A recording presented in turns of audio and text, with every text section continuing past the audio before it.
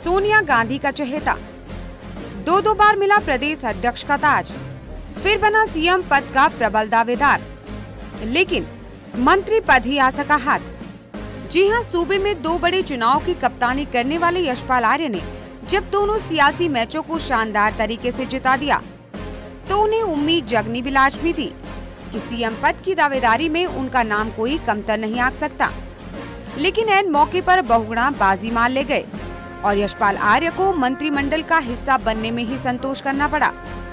लेकिन हसरत फिर भी बाकी थी मलाईदार विभाग पाने की। हालांकि ये उम्मीद पहले धराशायी हुई, सीएम बनने की उम्मीद से कुछ बौनी तो थी, लेकिन आर्य ने अपने शांत स्वभाव का इसे हिस्सा बना लिया और इंतजार करने लगे विभागों के बंटवारे का कि कब उनके हिस्से में उनका मनपसंद विभाग आए। लो, वो दिन भी आ गया जब विभागों के बंटवारे की फाइनल लिस्ट तय हो गई। लेकिन देखते ही देखते इस लिस्ट ने आर्य के पूरे स्वभाव को ही बदल डाला। इस लिस्ट के आने के बाद आज वही शांत स्वभाव वाले, असंतुष्टों को मनाने वाले, ऑल इज वेल का संदेश देने वाले यशपाल आर्य खुद को भवन में हैं। वजह है आर्य के कद और पद का अपमान। दरअसल आर्य को जो विभाग दिए जाने तय हुए हैं वो आर्य को सूट नहीं कर रहे हैं।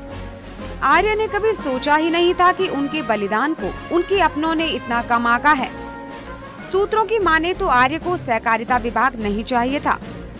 विभागों के तय होने की भनक लगते ही आर्य ने सरकारी गाड़ी तक लौटा दी और अपने वाहन से न जाने कहां तक का सफर तय कर लिया कि वो अज्ञातवास में बताए जा रहे हैं। समर्थकों का उनके घर पर जमावड़ा लगा है, लेकिन आर्य घर पर ही नहीं है। उनके हितैषियों को भी नहीं मालूम कि आर्य कहां है। आर्य का अज्ञातवास में चले जाने का नजारा पूरी शाम तक नजर आया, तो रूटों की लिस्ट में अब आर्य का नाम भी शुमार हो गया है। विजय बहुगुणा सत्ता के सिंहासन को स्थिर रखने के लिए एड़ी चोटी का जोर लगा रहे हैं। हरीश की हर वसूली पर अपनी सहमति की मुहर लगाई। सतपाल महाराज को भी खुश करने के पूरे जतन किए। हरक के साथ गलबैयां डाले दिल्ली में भी देखे गए, लेकिन ये क्या, अब उनके साथ साये की तरह लगे यशपाल आर्य ही नाराज हो गए हैं।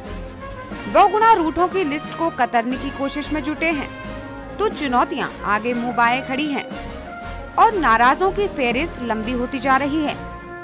बहरहाल देखना होगा कि बारूद की ढेर पर खड़े ये विभाग अभी और क्या क्या धमाके करते हैं।